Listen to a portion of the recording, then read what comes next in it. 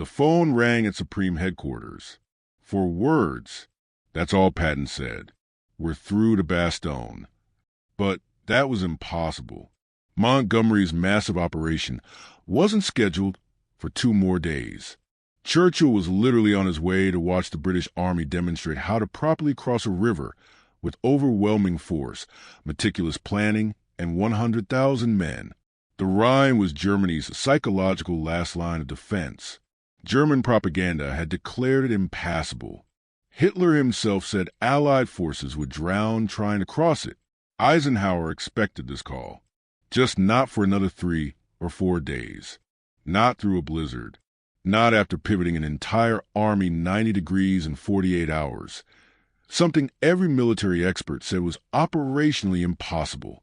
What Eisenhower said in that moment, and in the hours that followed, revealed everything about their impossible relationship, because this wasn't just about saving 10,000 surrounded paratroopers.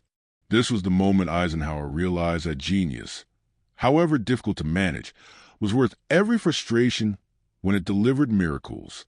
December 19, 1944.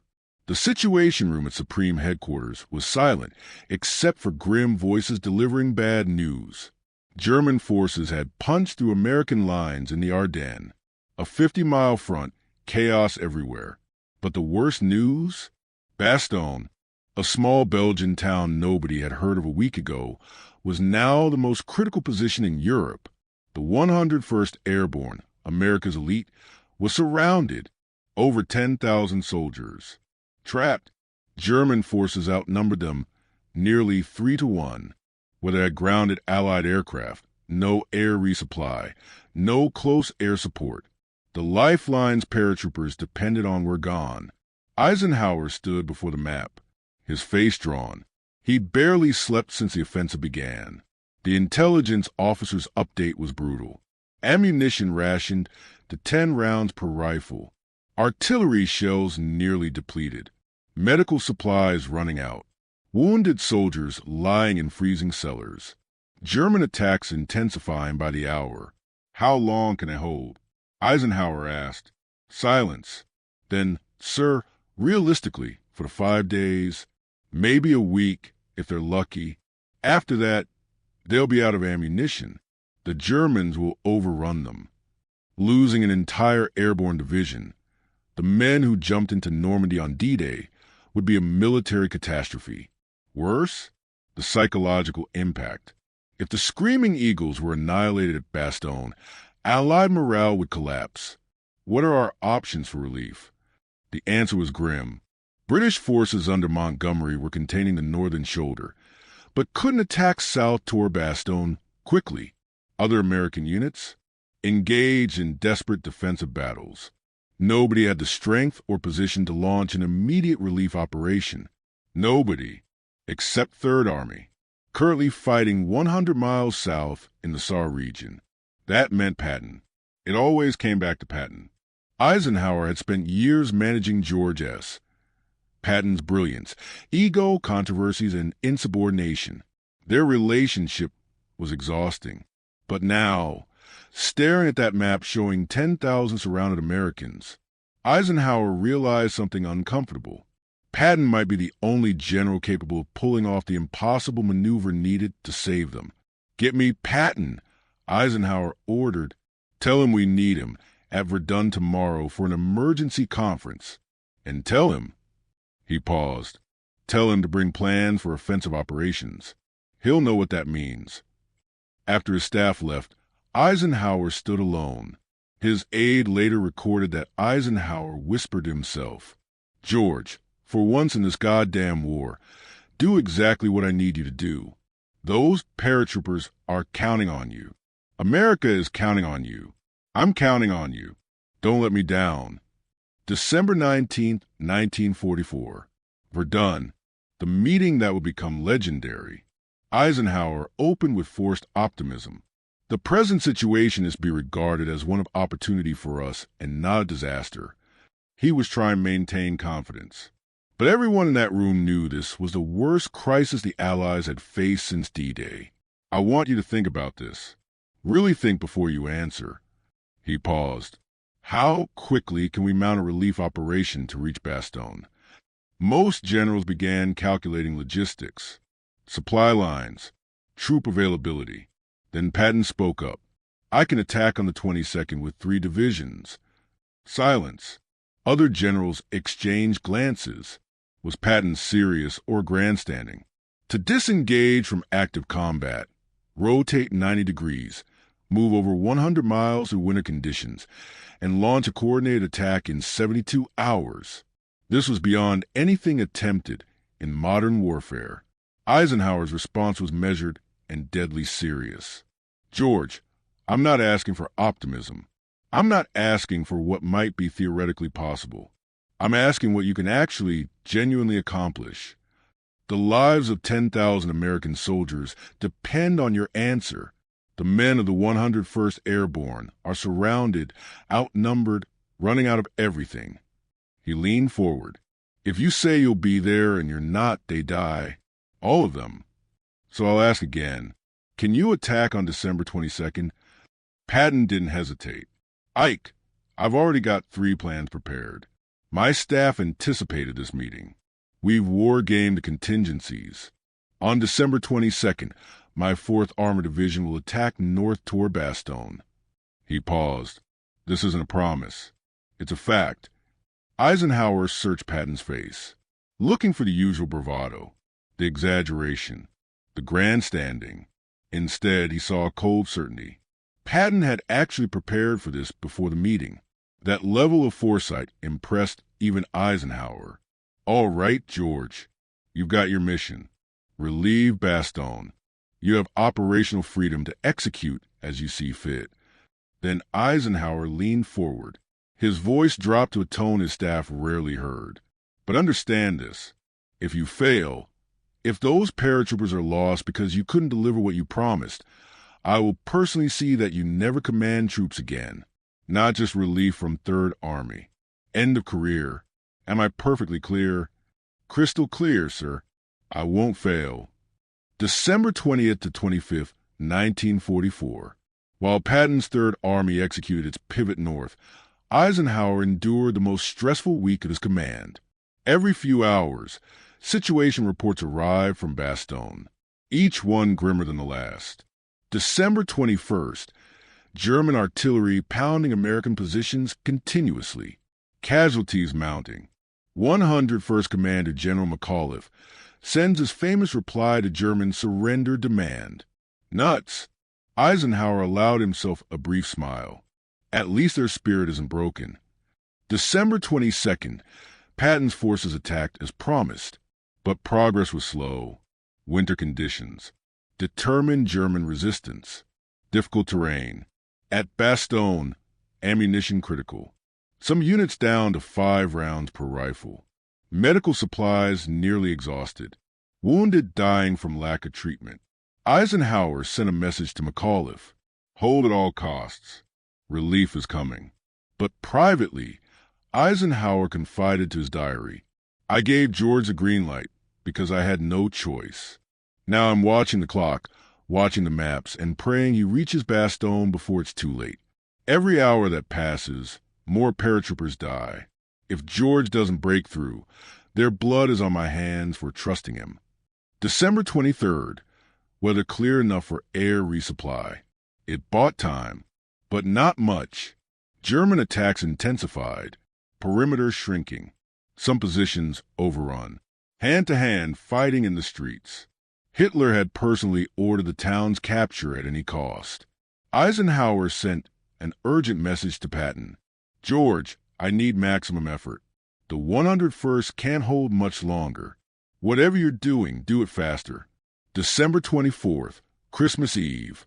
Eisenhower spent the evening in his office, unable to rest. Staff officers noted he looked 10 years older than a week ago. He composed messages to families of the 101st Airborne, letters he would send if the paratroopers were lost, letters to McAuliffe's wife, to the division chaplain's family, to men he'd personally spoken with before they deployed. His aide found him late that night, surrounded by unfinished condolence letters. Eisenhower looked up and said simply, I hope I don't have to send these. December 25th, Christmas Day. Still no breakthrough. Eisenhower attended chapel service, but couldn't focus. He kept checking messages every 15 minutes. Nothing. The 101st was still surrounded. Third Army still fighting to reach them. Time running out. December 26, 1944. 4:50 p.m. The phone rang. Eisenhower's aide answered. Listen, then turned pale. Sir, it's General Patton. He says it's urgent. Eisenhower grabbed the phone. George. Ike, we're through. 4th Armored made contact with the 101st at 1,650 hours. The corridor is narrow, but it's open. We're pushing supplies and reinforcements through now. Bastogne is relieved. For several seconds, Eisenhower couldn't speak. His hand gripped the phone so tightly his knuckles turned white. Staff officers in the room watched their supreme commander's face transform. Tension releasing. Shoulders dropping. Eyes closing briefly. George, say that again. We're through to Bastogne. The Screaming Eagles are safe. They're battered to hell, but they held. We got there in time. Eisenhower's voice, when he finally spoke, cracked with emotion. George, I thank God. Thank you. You did it. You saved them. There was a pause on the line. Patton, never comfortable with sentiment, responded gruffly. Just doing my job. Ike, those paratroopers did the real work. We just knocked on the door. No, George, don't diminish this. You moved an army 90 degrees in a blizzard and broke through German lines in 4 days. That's not just doing your job. That's... He searched for words. That's why you're invaluable. Despite everything, all our conflicts, this is why. After hanging up, Eisenhower stood motionless for a moment. Then he turned to his staff. Witnesses recorded what happened next. His eyes were wet. Tears he didn't bother hiding. He said, Gentlemen, General Patton has just accomplished something I will remember for the rest of my life. He saved 10,000 American soldiers who were hours, maybe minutes, from annihilation. He did what I asked him to do. When I asked him to do it, against odds everyone said were impossible. He paused. George S. Patton is the most difficult subordinate I have ever commanded. Another pause. He is also, without question, one of the finest battlefield commanders America has ever produced. Eisenhower immediately sent official messages. To the 101st Airborne, congratulations on their heroic defense. To 3rd Army, commendation for their relief operation. To the War Department, reporting Bastogne's relief. But he also sent a personal telegram to Patton. George, words cannot adequately express my gratitude and admiration for what 3rd Army accomplished. You gave your word you would be there. You kept that word. In doing so, you saved not just 10,000 soldiers, but possibly the entire Ardennes campaign. Well done does not begin to cover it.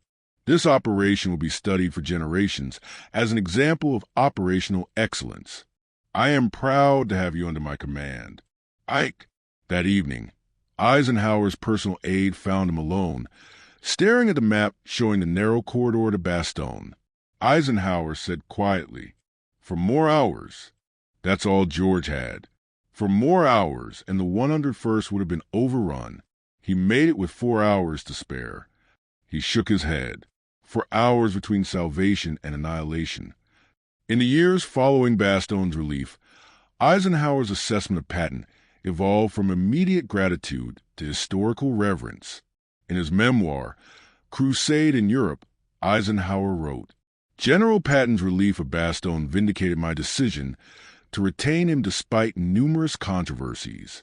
His rapid movement of 3 divisions through terrible weather, his aggressive attack, and his breakthrough to the surrounded garrison demonstrated operational excellence at the highest level. History will judge Patton by his battlefield achievements, and Bastogne stands among his finest. In a 1962 interview, Eisenhower was asked directly, What did you really think when Patton called to say he'd broken through to Bastogne? His response, My first thought was, of course he did, because by that point in the war, I'd learned to expect George to do the unexpected. My second thought was, how am I going to explain this to Montgomery and Churchill? He smiled. And my third thought was, thank God George is on our side. He paused. All three reactions were appropriate. Eisenhower's final assessment. The Rhine crossing encapsulated everything about commanding Patton. Exasperating, brilliant, diplomatically complicated, and ultimately invaluable. Would the war have been won without Patton? Certainly. Would have been won as quickly, as dramatically, with as many memorable achievements? Probably not. Managing that genius was my challenge. Appreciating the results was my privilege. December 26, 1944. For words changed everything. We're through to Bastogne. It wasn't just a tactical victory. It was a moment Eisenhower realized that genius, however difficult to manage, was worth every frustration when it delivered miracles. The phone call that made Eisenhower cry. The promise nobody believed. The 4 hours between salvation and annihilation. Sometimes, the most difficult people achieve the most extraordinary things.